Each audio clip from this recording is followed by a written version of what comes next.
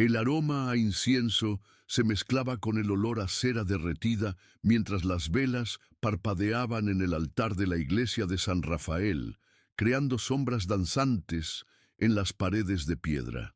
Era la noche del 15 de marzo del año 2000 y la comunidad hispana de East Dallas se había reunido para la vigilia mensual, una tradición que llevaba décadas celebrándose en esta pequeña pero querida parroquia. Ricardo Hernández ajustó su corbata azul marino mientras caminaba junto a su esposa Carmen hacia los bancos de madera. A sus 35 años, Ricardo trabajaba como supervisor en una fábrica de textiles. Un hombre callado, pero de convicciones firmes, cuyas manos callosas contrastaban con la delicadeza con la que sostenía la mano de su esposa. Carmen, de 32 años, llevaba su vestido floreado favorito, el mismo que había usado en su boda hace 8 años. Sus ojos castaños brillaban con la misma devoción que la había caracterizado desde niña, cuando acompañaba a su abuela a misa todos los domingos. La pareja se había conocido en esta misma iglesia durante una celebración de Día de Muertos en 1990. Él era tímido, recién llegado de Guadalajara con sueños de construir una nueva vida. Ella era la hija del carnicero local, conocida por todos en el barrio por su risa contagiosa y su disposición para ayudar a cualquiera que lo necesitara. Su historia de amor había florecido entre estas mismas paredes donde ahora se arrodillaban para rezar. ¿Te sientes bien, mi amor?, susurró Ricardo al oído de Carmen, notando que parecía más contemplativa que de costumbre. Ella asintió con una sonrisa suave, pero algo en su mirada sugería una inquietud que él no lograba descifrar. El padre Miguel Santos, un hombre de 58 años, con cabellos grises y una voz que podía llenar cualquier espacio sin esfuerzo, se dirigió hacia el altar. Había servido a esta comunidad durante 15 años, bautizando a sus hijos, casando a sus jóvenes y consolando a sus ancianos. Conocía a cada familia por su nombre, sus alegrías y sus penas. Hermanos y hermanas, comenzó el padre Miguel, su voz resonando en el silencio sagrado, nos reunimos esta noche para reflexionar sobre el camino que hemos recorrido y el que aún nos espera. En estos tiempos de cambio, cuando el nuevo milenio nos desafía con incertidumbres, encontramos fortaleza en nuestra fe y en nuestra comunidad. La iglesia estaba llena esa noche. Aproximadamente 70 personas habían asistido, desde familias completas hasta ancianos que venían solos, pero nunca se sentían así en este lugar. Los niños pequeños luchaban por mantenerse despiertos, acurrucados contra sus madres, mientras los adolescentes fingían prestar atención desde los bancos traseros. Elena Morales, hermana menor de Carmen, estaba sentada 3 filas detrás de la pareja. A sus 28 años, Elena trabajaba como enfermera en el Hospital Parkland y había terminado su turno nocturno especialmente para asistir a esta vigilia. Observaba a su hermana con una mezcla de cariño y preocupación. Durante las últimas semanas, Carmen había mencionado extrañas llamadas telefónicas que colgaban cuando ella respondía y cartas que llegaban sin remitente. Elena había insistido en que contactaran a la policía, pero Carmen había restado importancia al asunto, atribuyéndolo a bromas de mal gusto. La ceremonia continuó con cánticos tradicionales que se elevaban hacia el techo abovedado. «Ave María Purísima», cantaban las voces al unísono, creando una armonía que parecía tocar el alma de cada presente. Ricardo tenía una voz profunda que complementaba perfectamente el soprano suave de Carmen, y juntos creaban una melodía que otros feligreses habían aprendido a esperar y apreciar. Durante la lectura de las Escrituras, Carmen se inclinó hacia Ricardo y le susurró algo al oído. Él frunció el ceño ligeramente, pero asintió. Desde donde estaba sentada, Elena pudo ver este intercambio, pero no pudo escuchar las palabras. Más tarde recordaría este momento una y otra vez, preguntándose qué había dicho su hermana y por qué Ricardo había parecido repentinamente preocupado. A las 10:30 de la noche, El padre Miguel invitó a los presentes a un momento de oración silenciosa. Dejemos que nuestros corazones hablen directamente con Dios, dijo, y que en este silencio encontremos las respuestas que buscamos. Fue durante estos minutos de quietud total que Carmen se levantó discretamente de su asiento. Ricardo la siguió con la mirada, y cuando ella le hizo una seña hacia la puerta lateral de la iglesia, él se levantó también. Elena notó el movimiento de su hermana, pero asumió que necesitaba aire fresco o usar el baño. Era común que algunas personas salieran brevemente durante las vigilias largas. La puerta lateral de la iglesia daba a un pequeño jardín donde la Virgen de Guadalupe estaba rodeada de rosales, que Carmen había ayudado a plantar 2 años atrás. Era un lugar de paz, iluminado por una sola lámpara de jardín que creaba un círculo de luz dorada en la oscuridad. Aquí era donde Carmen había confesado sus miedos a Ricardo sobre las extrañas llamadas telefónicas, y donde él le había prometido que la protegería sin importar lo que pasara. Dentro de la iglesia, la oración silenciosa se extendió por 20 minutos. Cuando el padre Miguel invitó a la congregación a levantar sus cabezas y continuar con la ceremonia, Elena notó inmediatamente que los asientos de Ricardo y Carmen estaban vacíos. Al principio no se alarmó, pero cuando pasaron otros 10 minutos y no regresaron, comenzó a sentir una inquietud creciente. La vigilia terminó cerca de la medianoche con una bendición final y la promesa de encontrarse nuevamente el próximo mes. Mientras los feligreses comenzaron a dispersarse, intercambiando abrazos y planificando reuniones familiares, Elena se dirigió hacia donde había visto por última vez a su hermana y cuñado.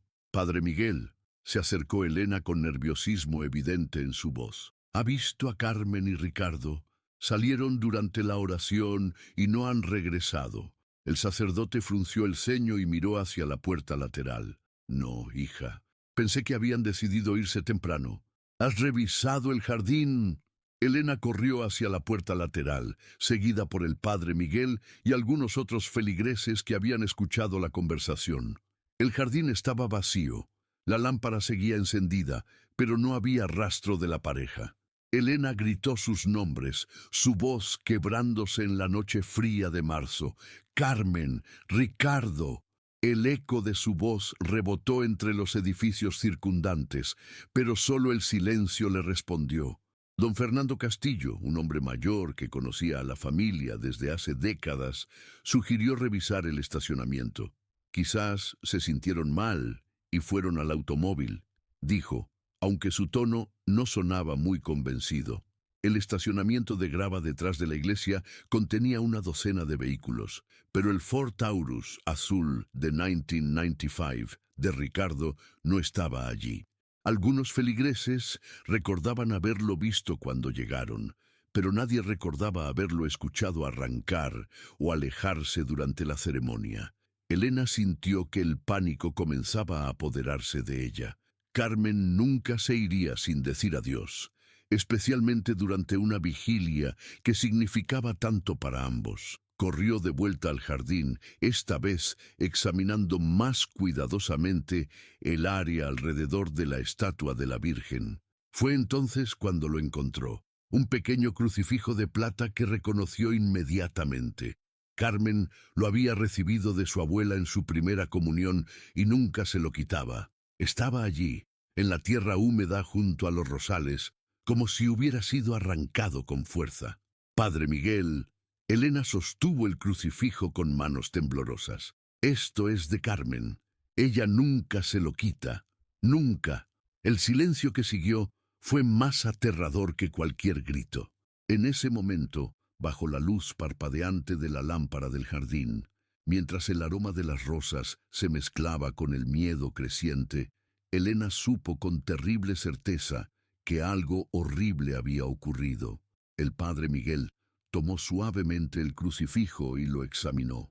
La cadena estaba rota, con pequeños eslabones desaparecidos, como si hubiera sido arrancada con violencia.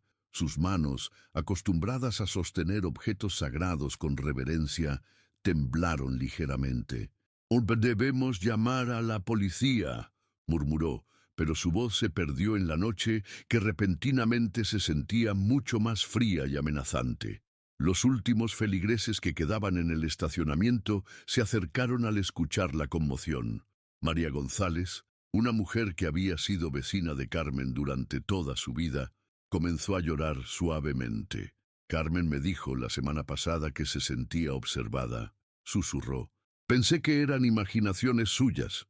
Elena miró hacia la calle vacía, donde las luces de los postes creaban charcos de luz amarillenta separados por tramos de oscuridad impenetrable. En algún lugar, en esa noche que había comenzado con oraciones y esperanza, su hermana y su cuñado habían desaparecido sin dejar más rastro que un crucifijo roto en la tierra sagrada. ¿Cuánto tiempo debe pasar antes de que la esperanza se convierta en desesperación? Para Elena Morales fueron exactamente 18 horas. 18 horas desde que había encontrado el crucifijo roto de su hermana hasta que se dio cuenta de que Carmen y Ricardo no iban a caminar por la puerta de su casa con una explicación simple y una disculpa por haberla preocupado. La llamada al 911 se había hecho a las 12:47 de la madrugada del 16 de marzo. Elena recordaría para siempre la voz cansada del operador que le preguntó si los adultos desaparecidos tenían problemas de salud mental o antecedentes de abandono del hogar. «No entiende», había insistido Elena. «Mi hermana no desaparece. Ella llama si va a llegar tarde 10 minutos del trabajo». El detective James Patterson llegó a la iglesia de San Rafael a las 2:15 a.m. A sus 42 años, Patterson había trabajado en la división de personas desaparecidas durante 8 años, tiempo suficiente para desarrollar un instinto sobre qué casos requerían atención inmediata. Cuando vio el crucifijo roto y escuchó los testimonios consistentes sobre el carácter de Carmen y Ricardo, supo que este no era un caso rutinario de adultos que habían decidido desaparecer voluntariamente. «Cuéntenme sobre las llamadas telefónicas extrañas». Patterson se dirigió a Elena mientras tomaba notas en su libreta desgastada. Estaban sentados en el primer banco de la iglesia, donde menos de 3 horas antes Carmen había cantado su último Ave María. Elena se secó los ojos con un pañuelo que ya había usado demasiadas veces. «Carmen me dijo que durante las últimas 3 semanas recibía llamadas donde alguien respiraba y luego colgaba. Al principio pensamos que eran niños haciendo travesuras, pero ella dijo que el patrón de respiración sonaba adulto, controlado. ¿Reportó estas llamadas? Le dije que lo hiciera, pero Carmen no quería causar problemas. Dijo que probablemente era alguien que había marcado el número equivocado repetidamente». Elena paró para tomar aire tembloroso. También mencionó cartas. Patterson levantó la vista de sus notas. «¿Qué tipo de cartas?» «Sin remitente. Solo su nombre escrito a mano en el sobre. Adentro había fotos». «¿Fotos de qué?» «De ella. Fotos tomadas desde lejos. Carmen saliendo del trabajo, comprando grocerías, caminando hacia la iglesia. Fotos que alguien había estado tomando sin que ella se diera cuenta». El detective sintió que su pulso se aceleraba. Este detalle transformaba el caso de una desaparición posiblemente voluntaria a algo mucho más siniestro. «¿Dónde están esas cartas ahora?» «En su casa. Carmen me mostró algunas la semana pasada. Dijo que había recibido 5 en total durante el último mes». A las 6 a.m., Patterson obtuvo una orden para registrar la casa de Carmen y Ricardo en Maple Avenue, una calle tranquila en East Dallas, donde las casas de una planta tenían jardines delanteros cuidadosamente mantenidos y buzones que reflejaban el orgullo de sus propietarios. La casa de los Hernández era pintoresca, con paredes de ladrillo rojo y un jardín donde Carmen cultivaba tomates y chiles que compartía generosamente con sus vecinos. Elena abrió la puerta con la llave de repuesto que Carmen le había dado cuando se casó. Siempre me decía que si algo le pasaba, yo debía cuidar de sus plantas, murmuró mientras entraban. La ironía de sus palabras la golpeó como un puño en el estómago. La casa estaba impecablemente ordenada como siempre. Carmen era meticulosa con la limpieza, una característica que había heredado de su madre. En la sala de estar, las fotografías familiares sonreían desde sus marcos cuidadosamente lustrados. La boda de Carmen y Ricardo, vacaciones en San Antonio, celebraciones navideñas con la familia extendida. Patterson se dirigió directamente al escritorio, en la esquina de la sala, donde Elena había visto por última vez las cartas. El cajón superior estaba cerrado con llave, pero Elena sabía dónde Carmen guardaba la llave de repuesto, dentro de un jarrón decorativo en la cocina, el mismo lugar donde su madre había guardado siempre las llaves importantes. Dentro del cajón, Patterson encontró las 5 cartas que Elena había mencionado, pero también algo más. Una sexta carta que Carmen no había mencionado a nadie. Esta carta era diferente. En lugar de fotografías, contenía un mapa crudamente dibujado de la iglesia y sus alrededores, con un círculo rojo marcando el jardín donde se encontraba la estatua de la Virgen de Guadalupe. Elena, ¿había visto este mapa antes? Elena estudió el papel con creciente horror. No, Carmen nunca me mostró esto. ¿Cuándo cree que lo recibió? Patterson examinó el sobre. El matasellos era del 14 de marzo, solo un día antes de la desaparición. Carmen había recibido esta carta el día anterior a la vigilia y no se lo había dicho a nadie, ni siquiera a Ricardo. La búsqueda oficial comenzó al amanecer del 16 de marzo. Patterson coordinó con el Departamento de Parques y Recreación de Dallas para drenar el pequeño lago en Samuel Farm, donde algunos testigos creían haber visto un vehículo azul la noche anterior. Voluntarios de la iglesia y la comunidad hispana local se unieron a los oficiales para peinar White Rock Creek y las áreas boscosas circundantes. El Ford Taurus azul de Ricardo fue encontrado el tercer día de búsqueda, abandonado en el estacionamiento de un centro comercial cerrado en Pleasant Grove, a aproximadamente 15 millas de la iglesia. El automóvil estaba limpio, sin señales de lucha, pero con una anomalía que intrigó a Patterson. Las llaves estaban en la ignición, pero el tanque de gasolina estaba completamente vacío. Ricardo siempre mantenía el tanque por lo menos medio lleno. Elena le dijo a Patterson cuando se enteró del hallazgo. Decía que era una precaución que había aprendido de su padre en México.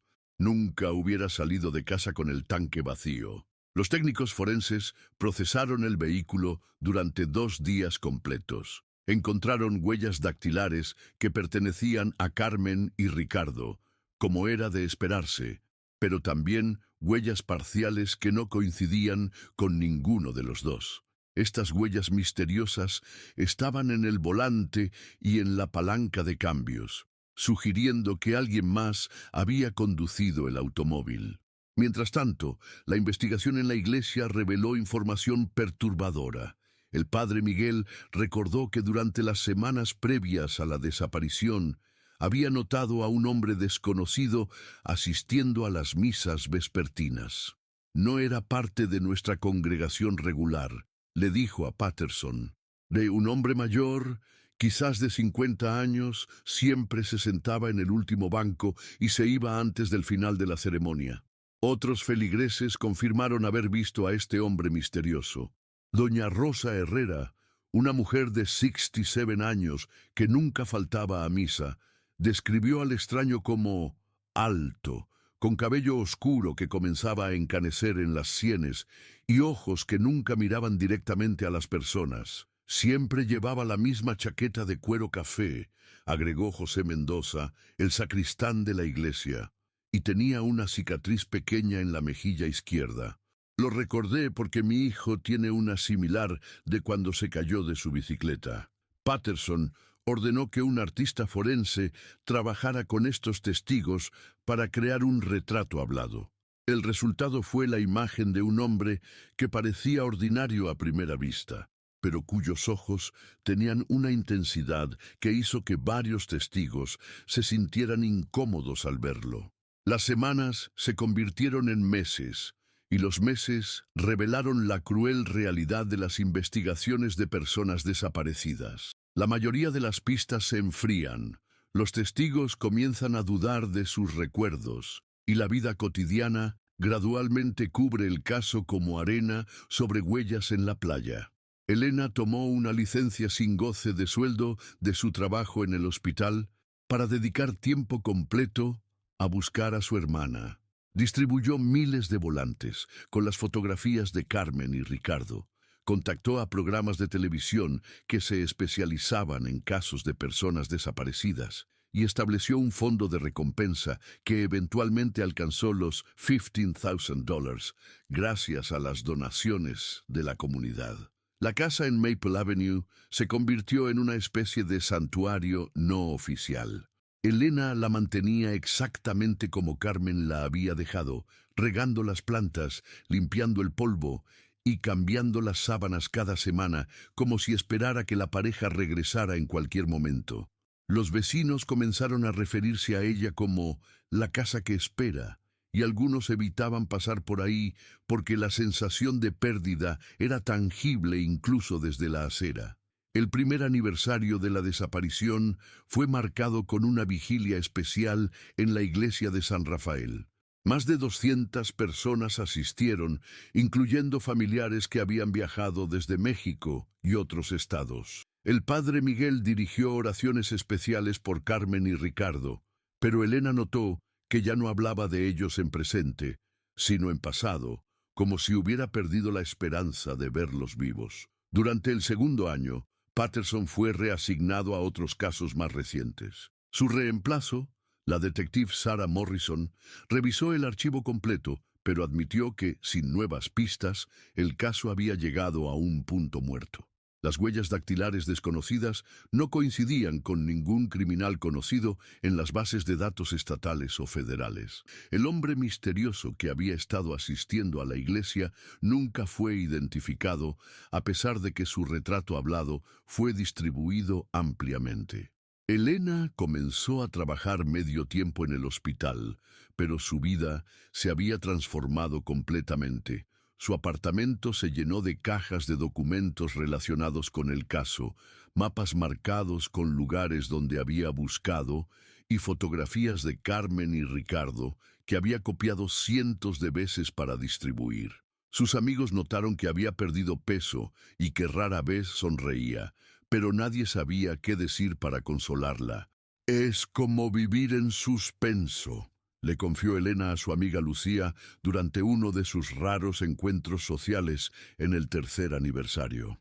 «No puedo seguir adelante porque no sé si están vivos o muertos. No puedo hacer el duelo porque no hay cuerpos. No puedo celebrar porque podrían estar sufriendo en algún lugar». El quinto aniversario pasó sin ceremonia especial. Elena había aprendido que los aniversarios no traían respuestas, solo recordatorios dolorosos. La comunidad de la iglesia había desarrollado una nueva rutina que incluía oraciones mensuales por Carmen y Ricardo, pero Elena notó que menos personas asistían cada vez. La vida había continuado para todos, excepto para ella. Fue durante el séptimo año cuando Elena tomó la decisión más difícil de su vida: vender la casa de Carmen y Ricardo. No podía continuar pagando la hipoteca y los servicios de una casa que nadie habitaba, y finalmente aceptó el consejo de su madre de que mantener la casa como un museo no traería de vuelta a su hermana. El día que entregó las llaves a los nuevos propietarios, Elena se sintió como si estuviera traicionando a Carmen, pero también, por primera vez en años, sintió un extraño alivio. Había pasado tanto tiempo manteniendo viva la esperanza que había olvidado cómo vivir en el presente. Los archivos del caso permanecieron abiertos oficialmente, pero Elena sabía que en realidad estaban enterrados bajo pilas de casos más recientes y urgentes.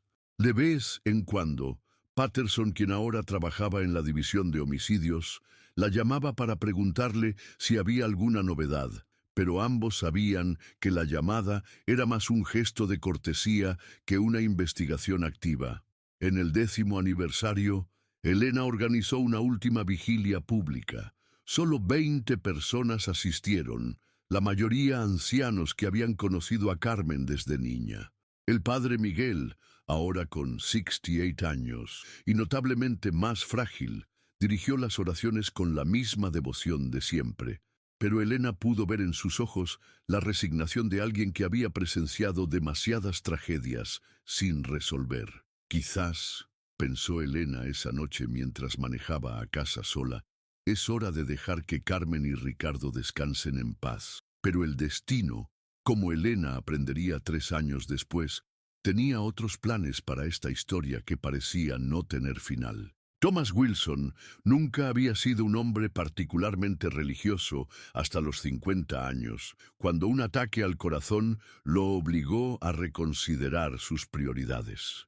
En 2013, 13 años después de que Carmen y Ricardo Hernández desaparecieran de la iglesia de San Rafael, Thomas se había convertido en uno de los feligreses más devotos de la parroquia. El tipo de hombre que llegaba temprano para ayudar a preparar el altar y se quedaba tarde para asegurarse de que todo estuviera en orden. Era un domingo por la tarde de octubre. El aire fresco del otoño texano se filtraba a través de las ventanas abiertas de la iglesia cuando Thomas decidió finalmente abordar una tarea que había estado posponiendo durante meses: limpiar y reorganizar el cuarto de almacenamiento en el sótano de la iglesia. El padre Miguel, ahora de 71 años y con artritis que limitaba sus movimientos, había mencionado varias veces que necesitaban hacer espacio para las decoraciones navideñas que se aproximaban. El sótano de la iglesia de San Rafael era un laberinto de recuerdos olvidados. Cajas de ornamentos navideños de décadas pasadas se mezclaban con viejos sistemas de sonido que ya nadie sabía cómo operar. Libros de himnos con páginas amarillentas y fotografías descoloridas de celebraciones parroquiales que habían tenido lugar antes de que Thomas siquiera conociera la existencia de esta iglesia. Thomas trabajaba metódicamente, clasificando objetos en 3 categorías: mantener, donar y desechar. Era un hombre organizado por naturaleza, una característica que había desarrollado durante sus 30 años como contador antes de su jubilación anticipada por razones de salud. Cada caja era abierta, inventariada y etiquetada apropiadamente. Fue en la esquina más alejada del sótano, detrás de una pila de sillas plegables que claramente no habían sido movidas en años, donde Thomas encontró una caja de cartón sin etiqueta que despertó su curiosidad. A diferencia de las otras, esta caja estaba sellada con cinta adhesiva que se había vuelto amarillenta con el tiempo, y alguien había escrito con marcador negro descolorido: equipo de sonido, 1999 to 2001. Thomas cortó cuidadosamente la cinta y abrió la caja. Adentro encontró lo que parecía ser un sistema de grabación portátil de la era anterior a los sistemas digitales. Una grabadora de casetes profesional con varios micrófonos, cables y una pila de cintas de audio sin etiqueta. Había una nota escrita a mano pegada a la grabadora: para grabar las ceremonias especiales, donación de la familia Rodríguez, 1999. Thomas recordó vagamente que el padre Miguel había mencionado en algunas ocasiones que solían grabar las ceremonias importantes para los familiares que no podían asistir, especialmente durante los años antes de que la tecnología digital hiciera que este tipo de grabaciones fueran más fáciles de hacer y distribuir. Curioso sobre el contenido de las cintas, Thomas conectó la grabadora a un enchufe cercano y se sorprendió al descubrir que el equipo aún funcionaba perfectamente. La primera cinta que reprodujo contenía una boda de 1999, las voces familiares del padre Miguel más joven, dirigiendo la ceremonia mientras una guitarra proporcionaba música de fondo. Fue en la 7ª cinta, sin etiqueta como las demás, donde Thomas escuchó algo que hizo que su sangre se helara. Al principio parecía ser otra grabación rutinaria de una ceremonia religiosa. La voz del padre Miguel resonaba clara y fuerte. Hermanos y hermanas, nos reunimos esta noche para reflexionar sobre el camino que hemos recorrido y el que aún nos espera. Thomas reconoció estas palabras como parte de las vigilias mensuales que aún se celebraban, aunque la calidad de la grabación y el tono ligeramente más joven de la voz del padre sugerían que esta cinta era considerablemente más antigua. La ceremonia continuó normalmente durante aproximadamente 40 minutos. Thomas escuchó los cánticos familiares, las lecturas de las escrituras y las oraciones que había llegado a conocer durante sus propios años como feligres. Pero fue alrededor del minuto 42 cuando la grabación captó algo extraordinario. Primero hubo el sonido de una puerta abriéndose suavemente, seguido por pasos ligeros en el suelo de piedra de la iglesia. Thomas asumió que alguien había salido brevemente de la ceremonia, algo completamente normal durante las vigilias largas.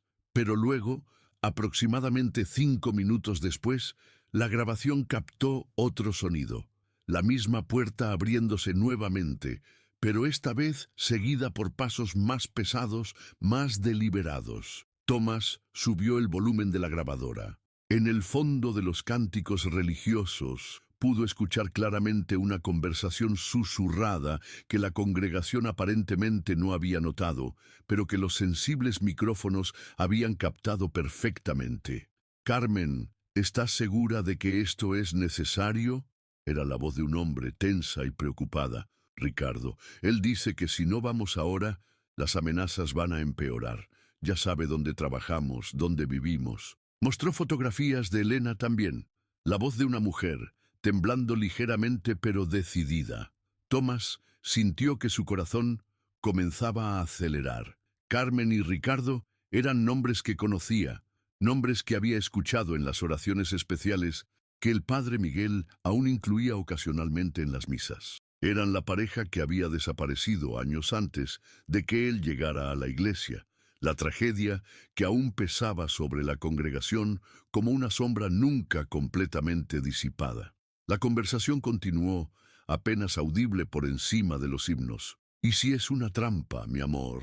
Dice que solo quiere hablar, que si vamos voluntariamente al lugar que especificó, podremos resolver esto sin involucrar a la policía o a nuestras familias». Ricardo mostró fotografías de Elena saliendo del hospital. «¿Sabe dónde trabaja mi hermana?». Hubo una pausa larga, rellena solo por los cánticos de la congregación que continuaba su ceremonia, completamente ajena al drama que se desarrollaba en susurros. «Está bien», finalmente dijo la voz de Ricardo, «pero vamos en nuestro automóvil, y si algo se siente mal, nos vamos inmediatamente». Acordé encontrarlo detrás de la iglesia en 10 minutos. Dijo que tendríamos que ir a un lugar más privado para hablar, donde nadie pueda interrumpir. ¿Qué lugar? No lo especificó. Solo dijo que nos seguiría y que el encuentro sería breve. Los pasos se alejaron y la grabación continuó capturando solo los sonidos normales de la vigilia religiosa. Thomas verificó el tiempo en la grabación. Habían pasado exactamente 13 minutos desde que se escucharon las voces por primera vez. Después de eso, solo música religiosa y oraciones hasta que la cinta se terminó abruptamente 1 hora después. Thomas se quedó sentado en el sótano silencioso durante varios minutos, procesando lo que había escuchado.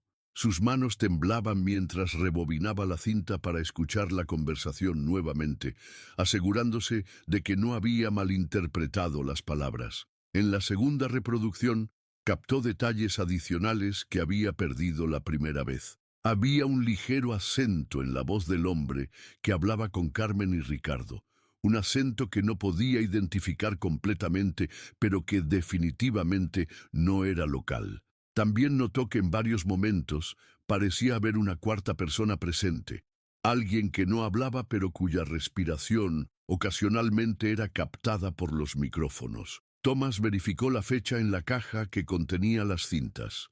Un pedazo de papel doblado en el fondo tenía anotaciones en la letra del padre Miguel, grabaciones de ceremonias, marzo 2000 a abril 2001. La cinta que había estado escuchando estaba en la posición que correspondería cronológicamente a marzo de 2000. Con manos que aún temblaban, Thomas subió las escaleras del sótano y se dirigió directamente a la oficina del padre Miguel. Era domingo por la tarde, y sabía que el sacerdote estaría preparando el sermón para la misa vespertina. «Padre Miguel», Thomas tocó suavemente la puerta de la oficina. «Necesito hablar con usted sobre algo muy importante». El anciano sacerdote levantó la vista de sus papeles, notando inmediatamente la expresión grave en el rostro de Thomas. «Por supuesto, hijo. ¿Qué sucede?» «Encontré algo en el sótano. Una grabación de la noche que Carmen y Ricardo Hernández desaparecieron». El padre Miguel se quitó lentamente los anteojos para leer y los colocó sobre el escritorio. Durante varios segundos no dijo nada. Simplemente estudió el rostro de Thomas como si estuviera evaluando la seriedad de sus palabras. «¿Estás seguro de la fecha?» La caja indica marzo de 2000, y en la grabación se escucha claramente su voz dirigiendo una vigilia.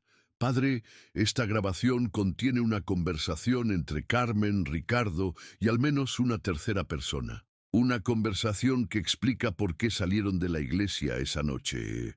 El padre Miguel se levantó lentamente de su silla, el peso de los años y de demasiados secretos guardados evidente en sus movimientos. «Thomas, trae esa grabación aquí inmediatamente. Y después llama a Elena Morales. Su número está en el directorio de la iglesia. ¿Debe llamar a la policía también?» «Primero escuchemos lo que encontraste. Después de 13 años, una hora más no hará diferencia, pero necesitamos estar seguros de lo que tenemos antes de reabrir heridas que nunca sanaron completamente». Thomas corrió de vuelta al sótano, su corazón latiendo con una mezcla de excitación y terror. En sus manos tenía posiblemente la primera pista real sobre lo que había ocurrido con Carmen y Ricardo Hernández en esa noche de marzo de 2000. Pero también sabía que esta grabación podría revelar verdades que algunos preferirían que permanecieran enterradas para siempre. Mientras desconectaba cuidadosamente la grabadora para llevarla a la oficina del padre Miguel, Thomas no pudo evitar preguntarse si esta conversación había sido grabada accidentalmente 13 años atrás. ¿Por qué nadie había escuchado estas cintas durante la investigación original? ¿Y qué otras verdades habían estado esperando en la oscuridad de ese sótano todos estos años? La respuesta a estas preguntas estaba a punto de transformar no solo el caso de Carmen y Ricardo, sino las vidas de todos los que habían pasado más de una década preguntándose qué había sucedido en esa noche que había comenzado con oraciones y había terminado con una desaparición que parecía imposible de resolver. Cuando Thomas subió las escaleras con la grabadora bajo el brazo, no sabía que estaba llevando consigo la clave que finalmente abriría la puerta a la verdad que había estado esperando ser descubierta durante 13 largos años. Elena Morales había aprendido a reconocer el sonido de las llamadas que cambiarían su vida. Había sido un timbre similar, 13 años atrás, cuando el padre Miguel la llamó para decirle que Carmen y Ricardo no habían regresado a casa. Ahora, en octubre de 2013, el mismo tono urgente en la voz del sacerdote hizo que su corazón se acelerara antes de que él siquiera explicara por qué la necesitaba en la iglesia inmediatamente. «Elena, necesitas venir ahora».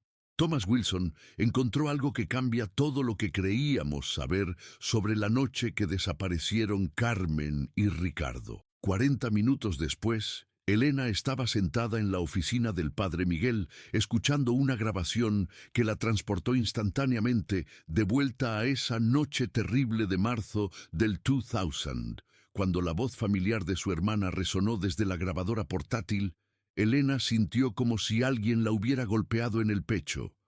«Carmen, ¿estás segura de que esto es necesario?»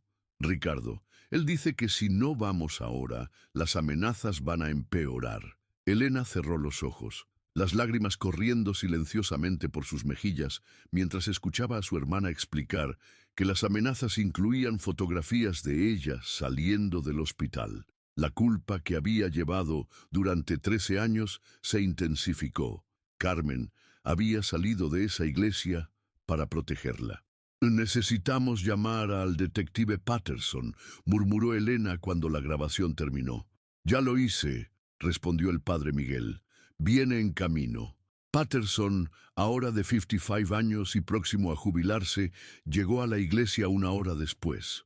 Los años habían agregado canas a su cabello y líneas profundas alrededor de sus ojos. Pero cuando escuchó la grabación, su instinto de investigador se despertó como si no hubiera pasado ni un día desde que trabajó activamente en el caso.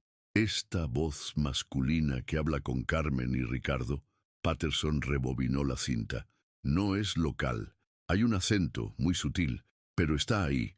Suena como alguien que aprendió inglés como segundo idioma, pero ha vivido aquí durante décadas. ¿Puede identificar de dónde viene el acento?, preguntó Elena. Tendríamos que llevarlo a un especialista en lingüística forense, pero mi primera impresión es que podría ser del este de Europa.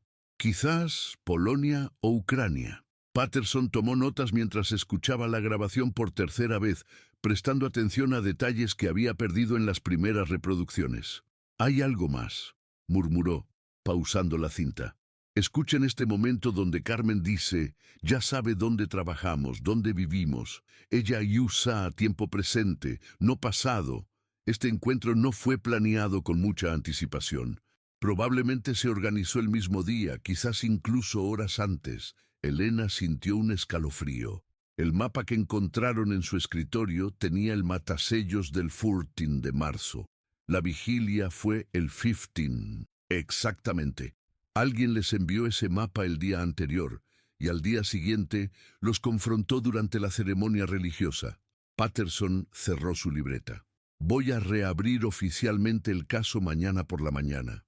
Después de 13 años, finalmente tenemos una pista real. La investigación renovada comenzó con un análisis forense de la grabación. Los especialistas en audio del FBI en Dallas confirmaron que las voces eran auténticas y no habían sido alteradas.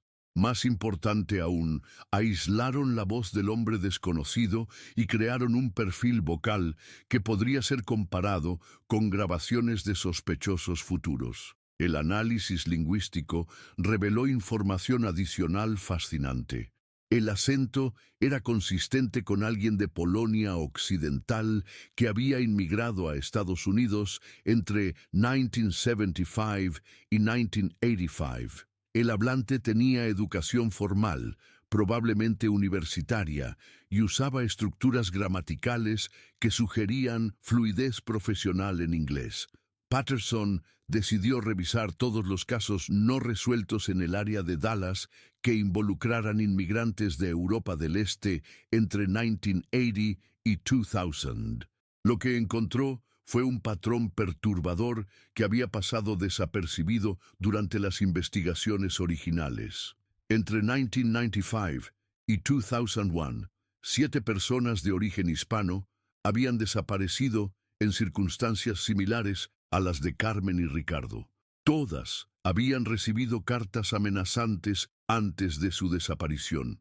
Todas habían sido vistas por última vez saliendo voluntariamente de lugares públicos con una persona no identificada. Y en todos los casos, sus vehículos habían sido encontrados abandonados con los tanques de gasolina vacíos. Estamos buscando a un asesino en serie, Patterson le confió a Elena durante una de sus reuniones semanales. Alguien que tenía un método específico y que se enfocaba en la comunidad hispana. La pista decisiva llegó de una fuente inesperada. María Kowalski, una mujer polaca de 78 años que vivía en un hogar de ancianos en Irving, había estado siguiendo la cobertura mediática del caso reabierto. Cuando vio el retrato hablado actualizado del sospechoso, contactó inmediatamente a la policía. Ese hombre, le dijo a Patterson durante su entrevista, se parece mucho a mi hermano Stanisław. Llegó a América en 1979, después de problemas con el gobierno comunista en Polonia. ¿Dónde está su hermano ahora, señora Kowalski? Murió en 2005, cáncer de pulmón. Pero antes de morir, me dijo cosas terribles sobre lo que había hecho a personas inocentes. María explicó que su hermano, Stanisław Kowalski, había desarrollado una obsesión patológica con los inmigrantes hispanos, creyendo que estaban robando oportunidades que le pertenecían a él. Había servido en el ejército polaco antes de inmigrar y tenía conocimientos sobre interrogatorios y eliminación de evidencia. En sus últimos meses de vida, continuó María, comenzó a hablar sobre un lugar en las afueras de Dallas donde había resuelto problemas con personas que consideraba enemigos. Pensé que eran las fantasías de un hombre enfermo, pero después de ver las noticias sobre Carmen y Ricardo, Patterson sintió la adrenalina corriendo por sus venas. ¿Mencionó dónde estaba este lugar? Una granja abandonada cerca de Lancaster. Dijo que el propietario original había muerto y que la propiedad había estado vacía durante años. Stanisław la había estado usando como un lugar para llevar a personas. La granja fue localizada en 3 días de búsqueda intensiva. La propiedad de 40 acres había sido abandonada desde 1992, cuando su propietario anciano murió sin herederos. Registros públicos mostraron que Stanisław Kowalski había trabajado brevemente como capataz de la granja en 1991, dándole conocimiento íntimo del terreno y acceso a llaves que aparentemente nunca había devuelto. El 15 de noviembre de 2013, exactamente 13 años y 8 meses después de su desaparición, los restos de Carmen y Ricardo Hernández fueron descubiertos en un pozo séptico sellado detrás del granero principal de la propiedad. Con ellos estaban los restos de 5 de las otras víctimas que Patterson había identificado como parte del patrón. El análisis forense reveló que todas las víctimas habían muerto por asfixia, probablemente encerradas en el pozo séptico mientras aún estaban vivas. Era un método que no dejaba evidencia de violencia física, pero que garantizaba una muerte lenta y aterrorizada. En los bolsillos de la chaqueta de Ricardo, los investigadores encontraron una nota manuscrita que Stanisław les había obligado a escribir antes de matarlos. Decidimos desaparecer voluntariamente. No busquen por nosotros. Queremos empezar una nueva vida lejos de aquí. Esta nota explicaba por qué Stanisław había vaciado el tanque de gasolina del automóvil de Ricardo y lo había abandonado lejos de la iglesia. Quería crear la impresión de que la pareja había planeado su desaparición, reduciendo la intensidad de la búsqueda policial inicial. Elena se desplomó cuando Patterson le dio las noticias. Después de 13 años de esperanza tortuosa, finalmente tenía respuestas, pero no eran las respuestas que había rezado por recibir. Carmen y Ricardo habían muerto esa misma noche de marzo, pocas horas después de salir de la iglesia, tratando de proteger a su familia de las amenazas de un hombre que había convertido su racismo en asesinato. El funeral conjunto se celebró el 1 de diciembre de 2013, en la iglesia de San Rafael. Más de 500 personas asistieron, incluyendo familiares de las otras víctimas de Stanisław Kowalski. El padre Miguel, ahora claramente frágil, pero determinado a ofrecer las últimas palabras para la pareja que había desaparecido bajo su cuidado, dirigió una ceremonia que fue tanto una celebración de sus vidas como una condena de la maldad que había terminado con ellas. Carmen y Ricardo no murieron porque hicieran algo malo, declaró el padre Miguel durante su sermón. Murieron porque alguien lleno de odio decidió que sus vidas no tenían valor, pero se equivocó. Sus vidas tuvieron valor inconmensurable, y su memoria seguirá viviendo en cada acto de bondad que hagamos en su honor. Elena enterró a su hermana y cuñado en el cementerio Resland en Dallas. bajo un roble que Carmen había admirado durante sus visitas para el Día de los Muertos años antes. La lápida llevaba una inscripción simple: Carmen y Ricardo Hernández, unidos en vida, unidos en muerte, unidos para siempre en nuestros corazones. Pero la historia no terminó con el funeral.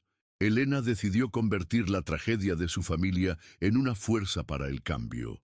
Estableció la Fundación Carmen y Ricardo Hernández, dedicada a ayudar a familias de personas desaparecidas y a combatir crímenes de odio en comunidades inmigrantes. Thomas Wilson, el devoto que había encontrado la grabación, se convirtió en un defensor apasionado de la preservación de registros históricos en instituciones religiosas. Su descubrimiento accidental había demostrado que a veces las respuestas más importantes están escondidas en los lugares más inesperados, esperando a que alguien tenga la curiosidad y la persistencia para encontrarlas. La iglesia de San Rafael instaló una placa conmemorativa en el jardín donde Elena había encontrado el crucifijo roto de Carmen 13 años atrás. La placa no solo honraba la memoria de Carmen y Ricardo, sino también de todas las víctimas de Stanisław Kowalski. Se convirtió en un lugar de peregrinación silenciosa para familiares de víctimas de crímenes de odio de todo Texas. Patterson se jubiló 6 meses después de cerrar el caso, pero no antes de implementar nuevos protocolos para la preservación y análisis de evidencia en casos de personas desaparecidas.